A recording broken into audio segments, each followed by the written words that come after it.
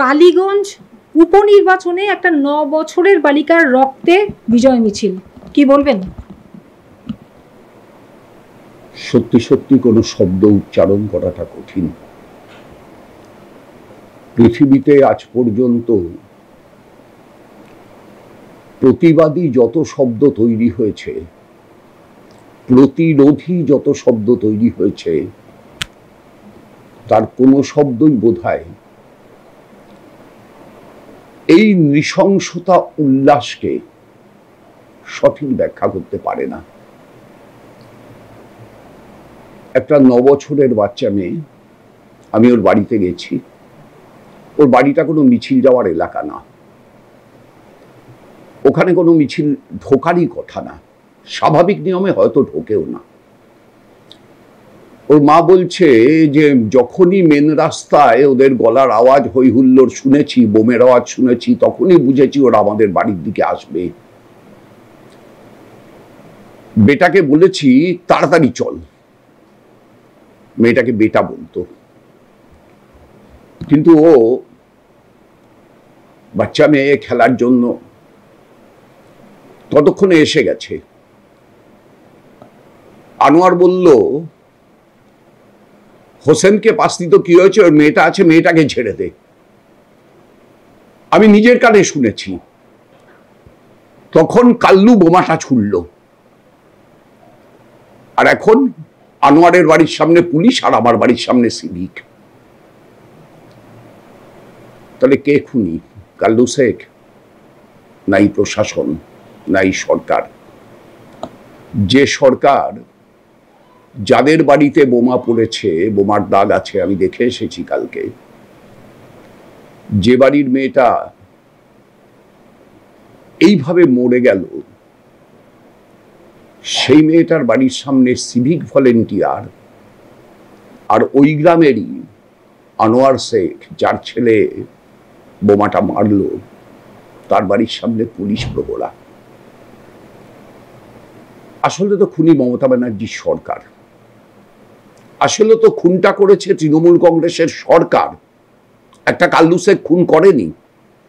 এইরকম অজস্র কাল্লু শেখ প্রত্যেক এলাকায় এলাকায় মমতা ব্যানার্জির বদান্যতায়, অভিষেক ব্যানার্জির বদান্যতায়, তৃণমূল কংগ্রেস দলের সমস্ত নেতা নেত্রীর বদান্যতায় প্রত্যেক দিন চারা গাছ থেকে বহিরুহ হয়ে উঠছে, প্রত্যেক দিন হচ্ছে। আপনি কি বলবেন? যতক্ষণ পর্যন্ত এই সরকার থাকবে, আমি জানি না, আমি আপনার টিভির মাধ্যমে বাংলার সমস্ত মা যার ঘরে 8 থেকে 12 বছরের মেয়ে আছে,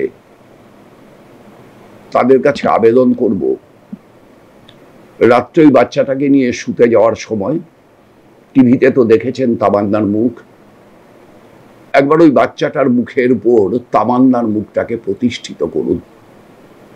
তারপর যদি আপনার হাত ঘাস ফুলে বোতাম টিপতে চায়, টিপুন। আমি সমস্ত অভিভাবকের কাছে অনুরোধ করব, একবার নিজের সন্তানের মুখ তামান্নার মুখের সঙ্গে মেলান।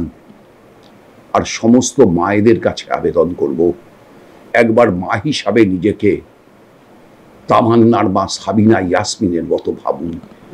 তামান্নার মা সাবিনা ইয়াসমিন পুলিশের চোখে চোখ রেখে বলেছে যে আপনাদের ওপর কোনো ভরসা নেই, পাশাপাশি যে বিধায়ক তাকে টাকা দিতে গিয়েছিলেন ঘৃণা ভরে প্রত্যাখ্যান করেছেন, কি বলবেন? আমি গতকাল সবার কথা শেষ হয়ে যাওয়ার পরে, যখন মীনাক্ষী, সেলিম, আমাদের অন্য নেতারা উঠে এসছেন, সব শেষ, ওই ঘর থেকে বেরিয়েছি। আমি ওই ভদ্রমহিলাকে বলি যে আমি আপনার থেকে বয়সে বড়, কিন্তু আমার একটা অনুরোধ আছে আপনার কাছে। ভদ্রমহিলা বলেন, অনুরোধ কেন বলছেন, নির্দেশ বলুন। আমি বললাম, আমি আপনার থেকে বয়সে বড়, কিন্তু আমি একবার আপনার পা ছুঁয়ে প্রণাম করতে চাই। ভদ্রমহিলা তো অ্যালাউ করেননি, তিনি আমার হাত দুটো ধরে নিলেন। আমি তাকে বললাম যে আপনার মতো মা যদি পশ্চিমবাংলার সব বুথে একটা করে থাকে, একটা করে যদি আপনার মতো মা পশ্চিমবাংলার সব বুথে থাকে, তৃণমূল কংগ্রেস এমনি এমনি হেরে যাবে। কাউকে কোনো নির্বাচনী প্রচার করতে হবে না, কাউকে কোনো প্রার্থী পরিচিতি দিতে হবে না, খালি আপনার মতো একটা করে মা পশ্চিমবাংলার সব বুথে জন্মাক। একেবারে সামনেই বিধানসভা নির্বাচন 26-এর, ইতিমধ্যে বিজেপি এবং তৃণমূল তাদের কর্মকাণ্ড প্রস্তুতি পর্ব শুরু করে দিয়েছে। সিপিএম কতখানি এগিয়েছে?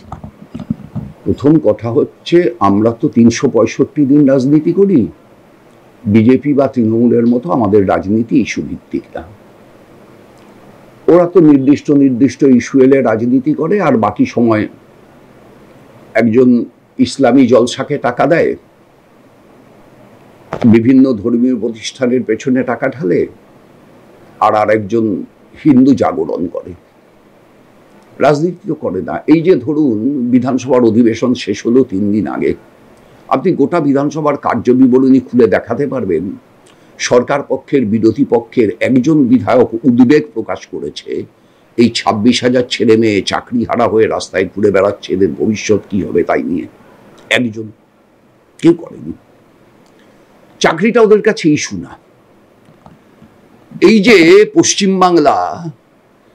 পশ্চিমবাংলায় অপুষ্টির হার বাড়ছে বলে জাতীয় কমিশন থেকে রিপোর্ট দিচ্ছে, গোটা ভারতবর্ষেই অপুষ্টির হার বাড়ছে বলে ওয়ার্ল্ড ফুড অর্গানাইজেশন থেকে রিপোর্ট দিচ্ছে। হাঙ্গার ইন্ডেক্সে আমরা নামছি। একটা বিধায়ক 294টার মধ্যে একবারের জন্য বিধানসভার অধিবেশনে উচ্চারণ করলো না। ওদের কাছে খাদ্য, ওদের কাছে মূল্য বৃদ্ধি, ওদের কাছে বস্ত্র, ওদের কাছে বাসস্থান, ওদের কাছে শিক্ষা। 8,000-এর বেশি স্কুল বন্ধ হয়ে গেছে পশ্চিমবাংলায়। এই যে গত মাসের 10 তারিখে রেজাল্ট বেরোলো হায়ার সেকেন্ডারির, আর তার 1 মাস 10 দিন বাদে এই মাসের 20 তারিখে গিয়ে পোর্টাল খুললো। একটা কলেজ আপনি দেখাতে পারবেন না, সরকারি কলেজ, যে কলেজে যত ভর্তির কোটা আছে ততজন ছাত্রছাত্রী ভর্তি হয়েছে। এমন অনেক কলেজ আছে যে কলেজে পোর্টাল খুলবার পরে 7 দিন পেরিয়ে গেছে, একজনও ছাত্রছাত্রী ভর্তি হয়নি। কি হবে এই কলেজগুলোর? কি হবে শিক্ষার? একজন বলেছে বিধানসভায়, একজনও না। ফলে যারা খাদ্য নিয়ে, শিক্ষা নিয়ে, বস্ত্র নিয়ে, বাসস্থান নিয়ে, কর্মসংস্থান নিয়ে, চিকিৎসা নিয়ে কোনো কথা বলে না, তাদের সমস্ত কথা হচ্ছে ধর্ম। জয় শ্রীরাম, জয় জগন্নাথ। আগে জয় শ্রীরামের পাল্টা হয়েছিল হনুমান, এখন হয়েছে জগন্নাথ। আর জগন্নাথের প্রতিযোগিতায় দুজনেই আছে। জগন্নাথ দেবকে ভারতবর্ষের মানুষ ঈশ্বর জ্ঞানে পুজো করেন, তাকে কৃষ্ণের আরেকটা রূপ বলেন। এমন বাঙালি খুঁজে পাওয়া মুশকিল যিনি পুরীতে গেছেন অথচ মন্দির দেখেননি, জগন্নাথ দেবের দর্শন করেননি। পুরীর পাণ্ডাদের তারা যখন জগন্নাথ দেবের লীলা বর্ণনা করেন, তারা বলেন যে জগন্নাথ দেব প্রাতরাশ করেন দ্বারকা ধামে, দুপুরে অবগাহন করেন রামেশ্বরমে, দুপুরের অন্নভোগ করেন পুরীতে, সন্ধেবেলার যে খাবার সেই খাবার গ্রহণ করেন বৃন্দাবনে, আর রাত্রে নিদ্রা যান বৈদ্যনাথ ধামে। আসলে তো বাস্তবে এটা সম্ভব না। এটা বলেন কেন, এটা বিশ্বাস করেন কেন? অর্থাৎ জগন্নাথ দেব পরিব্যাপ্ত, সারা দেশ জুড়ে জগন্নাথ দেব পরিব্যাপ্ত। এইরকম গোটা ভারতবর্ষের কাছে এইরকম একজন জনপ্রিয় দেবতা যিনি কৃষ্ণের আর একটা রূপ বলে আমাদের ধর্মাবলম্বীরা বিশ্বাস করেন, তাকে নিয়ে এরকম নোংরা রাজনীতি। সরকারের টাকায় জগন্নাথ দেবের মন্দির তৈরি করতে হলো। এটা কি বিধানসভা নির্বাচনের আগে একটা পদক্ষেপ? খুব স্বাভাবিক। মমতা ব্যানার্জি বলেছিলেন 2011-র আগে পুরী কেন, দীঘা কেন পুরী হবে না? পুরী হওয়ানোর জন্য ওখানে একটা জগন্নাথ দেবের মন্দির লাগবে, টাকা নেই। টাকা কে দেবে? হিডকোর কত টাকা আছে? 250 কোটি। হিডকোর ওই টাকাটা দিয়ে জগন্নাথ দেবের মন্দির হলো। আচ্ছা, এই যে ধরুন আপনি, আমি জানি না আপনার বাড়িতে গেছে কিনা, এই যে ধরুন রেশন দোকান থেকে প্রসাদ বিতরণ হচ্ছে। আচ্ছা, রেশন দোকান থেকে কি বিলি হয়? রেশন দোকান থেকে বিলি হয় অত্যাবশ্যকীয় পণ্য। সেই জন্যই তো রেশন সিস্টেমটার নাম। প্রসাদ কি অত্যাবশ্যকীয় পণ্য? দুই, একটা জিনিস প্রসাদ হয় কখন। আমার ঠাকুমা বলতেন, বাড়িতে যখন লক্ষ্মী পুজো হতো আর আমি খুব নাড়ু চুরি করে খেতাম বলে, আমার ঠাকুমা এখনো আমার বড় বৌদি যে ঘরে পুজো করেন সেই ঘরে আমায় ঢুকতে দেন না, আমি আগে আগে গিয়ে নাড়ু ফাড়ু খেয়ে নেবো বলে। সেও আমি খাইও, যাই হোক সে বাদ দিন। তো কেন না, ওটা দেবতার প্রসাদ। প্রসাদ হচ্ছে কখন না, যখন ওটা দেবতাকে নিবেদন করা হচ্ছে, সেই দেবতা পূজিত হচ্ছেন, শাস্ত্রমতে তার পূজাপাঠ সম্পূর্ণ হচ্ছে, তারপরে দেবতাকে নিবেদিত করা হয়েছিল যা, সেটা যখন জনগণের কাছে বিলি করা হচ্ছে তখন সেটা প্রসাদ। আচ্ছা, এই যে রেশন দোকান থেকে বিলি হচ্ছে, এই যে কুণাল ঘোষ হাতে করে বিলি করছেন, তৃণমূলের নেতা মন্ত্রী এমএলএরা হাতে করে বিলি করছেন, কোথাও কোথাও বাড়িতে বাড়িতে পাঠাচ্ছেন, পার প্যাকেটে 5 টাকা কাটমানির হিসেব আছে, এটা কি প্রসাদ? এটা কি জগন্নাথ দেবের কাছে নিবেদন করা হয়েছিল তারপর বিলেছে? প্রসাদের বদলে ভোট চাইছেন না, পার প্রসাদের প্যাকেটে 5 টাকা আপাতত কাটমানিতেই সন্তুষ্ট থাকবেন, সেটা তাদের সাবজেক্ট। আপনাদের বিধানসভা নির্বাচনের প্রস্তুতি পর্ব কবে থেকে? আমাদের বিধানসভা নির্বাচনের প্রস্তুতি পর্ব বলে আলাদা কিছু হয় না। আমরা যে কোনো সময় যে কোনো লড়াইয়ের জন্য প্রস্তুত থাকি। আমাদের রাজনীতিটাই হচ্ছে 365 দিনের রাজনীতি। আমরা 365 দিন খাদ্যের দাবিতে, বস্ত্রের দাবিতে, বাসস্থানের দাবিতে, চিকিৎসার দাবিতে, কর্মসংস্থানের দাবিতে, স্বাস্থ্যের দাবিতে রাস্তায় থাকি। 365 দিন থাকি, আর এগুলোই নির্বাচনে আমাদের এজেন্ডা। সুতরাং সেই হিসাবে যদি প্রস্তুতি বলেন, তাহলে সে প্রস্তুতি তো আমাদের 365 দিনের প্রস্তুতি। আমাদের সেই প্রস্তুতির আলাদা করে খুঁটি পুজো হয় না, আলাদা করে বিধানসভা নির্বাচনের কোনো প্রস্তুতি পর্ব না। সে নির্বাচন যখন ঘোষণা হবে তখন নির্বাচন উপলক্ষে আমাদের যা বলার বিবৃতি হবে, নির্বাচন ঘোষণা হবে, তার ইস্তেহার হবে। কিন্তু আমি বলছি, একটা রাজনৈতিক দল হিসেবে যে নির্বাচন স্পেশাল, আমরা তো নির্বাচন ভিত্তিক রাজনৈতিক দল নই। আমরা নির্বাচনকেও একটা রাজনৈতিক সংগ্রাম মনে করি এবং সেই হিসেবে নির্বাচনে অংশগ্রহণ করি। কিন্তু আমাদের রাজনীতিটা যেহেতু সারা বছরের রাজনীতি, 365 দিনের রাজনীতি, তাই আপনি ওই আলাদা করে নির্বাচনের প্রস্তুতি বলে কিছু পাবেন না। হ্যাঁ, যখন নির্বাচন কমিশন বলে ভোটার তালিকা সংশোধন হবে, তখন আমাদের পার্টি কর্মীরা বুথে বুথে ভোটার তালিকা সংশোধনের কাজ করে। সেই কাজ এখনো চলছে, যখন যেমন চলছে। আরজি করের ঘটনার 1 বছর কাটতে না কাটতেই ফের একটা সরকারি শিক্ষা প্রতিষ্ঠানে খোদ আইনের ছাত্রী, বলা ভালো শাসক দলের একজন পদাধিকারী, সেই ছাত্রী আরেকজন শাসক দলের পদাধিকারীর দ্বারা ধর্ষিতা হলেন। কি বলবেন? একের পর এক শিক্ষা প্রতিষ্ঠান কি একটা এরকম মানে যেখানে কোনো নিরাপত্তাহীনতায় ভুগছে ছাত্রছাত্রীরা? আমি বলছি, এটা খালি কসবা ল কলেজে না, যদি সঠিকভাবে তদন্ত করা হয়, খোঁজ করা হয়, পশ্চিমবাংলায় এরকম অন্তত 100 কলেজ বেরোবে যেখান থেকে এই ঘটনা ঘটেছে। 100টা মনোজিৎ মিশ্র বেরোবে, যদি আমি খুব ভুল না হই। কার্যত 2019 সালে প্রেসিডেন্সির শেষ নির্বাচন হয়েছে, 2020-তে যাদবপুরের শেষ নির্বাচন হয়েছে, 2017-য় সাধারণ কলেজগুলোর শেষ নির্বাচন হয়েছে। এবার ধরুন প্রতি বছর কলেজ সোশ্যাল হচ্ছে, কে করছে? টাকা পয়সাগুলো কার হাতে যাচ্ছে, কে খরচ করছে? সে তো নির্বাচিত না। প্রতি বছর ফেস্ট হচ্ছে, কে করছে? টাকা পয়সাগুলো কার মাধ্যমে খরচ হচ্ছে? সে তো নির্বাচিত না। তাহলে এই যে অনির্বাচিতরা কলেজগুলোতে প্রাধান্য করছে, এই সুযোগটা কে করে দিয়েছে? এই সুযোগটা করে দিয়েছে পশ্চিমবাংলা সরকার, শিক্ষা দপ্তর। তাহলে এই শিক্ষা দপ্তরের করে দেওয়া সুযোগকে ব্যবহার করেছে মনোজিৎ মিশ্র। তাহলে কি বলতে চাইছেন 2017 সাল থেকে যে শিক্ষা প্রতিষ্ঠানগুলিতে নির্বাচন বন্ধ, মমতা বন্দ্যোপাধ্যায় বলেছেন 24-এর মধ্যে নির্বাচন সম্পন্ন হবে, কিন্তু হয়নি। তাহলে কি এটারই এই সুদূর প্রসারী ফল এই ঘটনাগুলো? খুবই স্বাভাবিক। আপনি ভাবুন না, আপনি যদি একটা কলেজের ছাত্রী হতেন, বা যখন আপনি কলেজের ছাত্রী ছিলেন, এবার আপনি যদি দেখেন যে সেই কলেজের ছাত্র সংসদের নির্বাচন হয়নি 5 বছর। 5 বছর আগে যে লোকটা নির্বাচিত হয়েছিল জিএস হিসাবে, সেই লোকটা এখনো জিএস, হয়তো সে পাস আউট, কিন্তু সেই লোকটা এখনো জিএস এর কাজ চালাচ্ছে। তাহলে সে কি আপনার প্রকৃত প্রতিনিধি হয়? হয় না তো। এই রকম ভাবে যারা ছাত্রদের আসল প্রতিনিধি না, তাদের হাতে গোটা ব্যাপারটাকে ছেড়ে রাখাটা, সেটাই হচ্ছে একটা রাজনীতি, যে এদের মাধ্যমে এই যে কিশোর, তরুণ, সদ্য যুবা বয়স্ক যারা কলেজে ভর্তি হচ্ছে, এবং প্রত্যেকের জীবনেই, আপনার জীবনেও হয়েছে, আমার জীবনেও হয়েছে, কলেজ জীবন মনে হচ্ছে যেন আমরা একটা স্বাধীন জীবন পেলাম।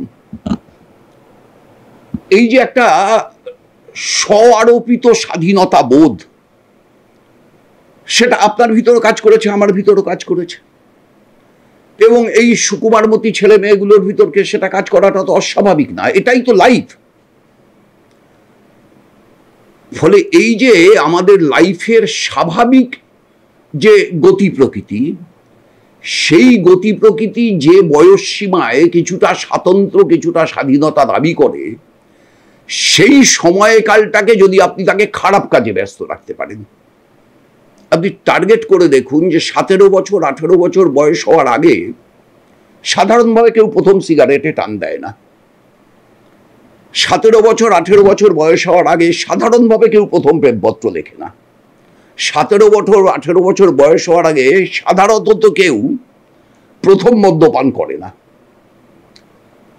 ফলে এইটা যে বয়সটা করে, সেই বয়সটাকে যদি আপনি এতগুলো খারাপ কাজের সঙ্গে যুক্ত করতে পারেন, এবং তাদের যদি একটি নেতিবাচক শিক্ষায় আপনি শিক্ষিত করতে পারেন, তাহলে আলটিমেট লাভ কার?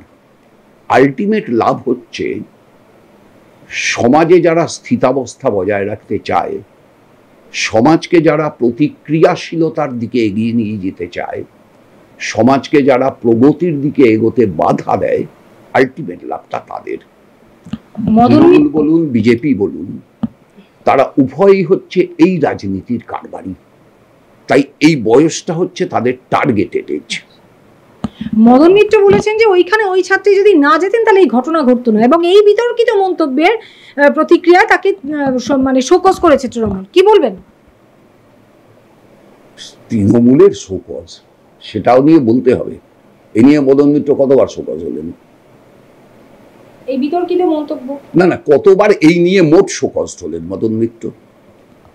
এর আগেও তো একবার শোকজ হয়েছিল, ওই জ্যান সিং নিয়ে কি একটা বলার জন্য, তারও আগে একবার শোকজ হয়েছে। এই তৃণমূলের শোকজটা না এমন ঘটনা না যে ওটাকে কেউ মনেও রাখে না। মদন মিত্র দেখবেন কালকে ভুলে গেছে যে ও শোকজ। তার দলের লোক করেছে বলেই কি বিতর্কিত মন্তব্য? দেখুন, ওদের আসলে প্রত্যেককে নিউজ হতে হবে তো। আপনাদের যেমন খবর করার একটা প্রচেষ্টা থাকে, তেমন তৃণমূলের এই দুয়ানা চারানাদের রাজনৈতিক নেতাদের খবর হওয়ার একটা তাগিদ থাকে। আপনাকে ব্যাপারটা দুদিক থেকে দেখতে হবে। এখন ধরুন, যা অলরেডি সে ফর উদাহরণ সুব্রত বক্সী বলে দিয়েছেন, যা অলরেডি সৌগত রায় বলে দিয়েছেন, যা অলরেডি কল্যাণ ব্যানার্জি বলে দিয়েছেন, তাই যদি মদন মিত্র বলেন, তাহলে মদন মিত্র খবর হলেন না। তাহলে কে কতটা নতুন ধারায় বলতে পারবে, এটার একটা প্রতিযোগিতা তৃণমূলের মধ্যে চলে। সেটা চলছে, হ্যাঁ, চলছে। এবং এই যে কথাটা ও বলল, এই কথাটা বলার অর্থটা হচ্ছে যে বাকিদের থেকে কথাটার ভিতরে একটু অন্যরকম কিছু আছে। এই যে একটা অন্য স্বাদ পেলেন আপনি কথাটায়, তাহলে এই কথাটা এবার ভাইরাল হবে, এই কথাটা এবার খবর হবে, এই কথাটা এবার প্রচার হবে। এবং দোষ হয়ে গেল মেয়েটার। মেয়েটা কেন গেছিল ওই সময়? আচ্ছা, একটা মেয়ে তার কলেজে ফর্ম ফিল আপ করতে যাবে, কোন সময় যাবে আপনি ঠিক করে দেবেন? কোন সময় যাবে আমি ঠিক করে দেবো? রাজ্যের শিক্ষামন্ত্রী ঠিক করে দেবেন? যেদিন গেছিল সেদিন ফর্ম ফিল আপ করার সুযোগ ছিল কি ছিল না, বিবেচ্য তো এইটা, যে সে ফর্ম ফিল আপের দিন ফর্ম ফিল আপ করতে গেছিল, না ফর্ম ফিল আপের দিন নয় এমন দিন গেছিল। অবশ্যই ফর্ম ফিল আপের দিনে গেছিল। তাহলে ফর্ম ফিল আপের দিনে একটি ছাত্রী ফর্ম ফিল আপ করতে গেছে, এবার তাকে বলা হচ্ছে 4টের সময় একটু থেকে যা। ঠিক আছে, বন্ধু বান্ধবরা বলেছে, চেনা বন্ধু বান্ধবরা বলেছে, অনেকদিন বাদে কলেজে গেলে এরকম তো হতেই পারে। আমি যে কলেজগুলোয় রাজনীতি করতাম, সেই কলেজগুলোয় যদি তারপরেও 10 বছর বাদেও আমি গেছি, এরকম অনেকে হয়েছে। অনেক অধ্যাপক বলেছেন এসব বসো, অনেক ছাত্ররা যারা জানে আমি এই কলেজ থেকে রাজনীতি করে বড় হয়েছি, আজকের প্রজন্ম আর আমায় চিনবে না, স্বাভাবিক, সেটাই বিজ্ঞান।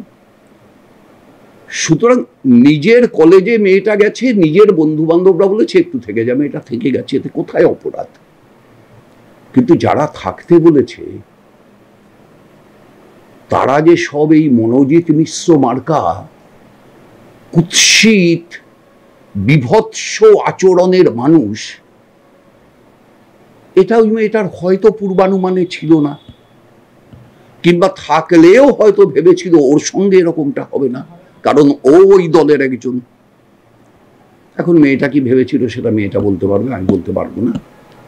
তবে যা ঘটেছে, আপনি কি বলবেন? আমরা এই কথায় কথায় বলি জঙ্গলের রাজত্ব, আরে জঙ্গলেও কোনো আইন নেই, কোনো কিচ্ছু নেই, কিন্তু জঙ্গলে বাঘ বাঘের মাংস খায় নাকি?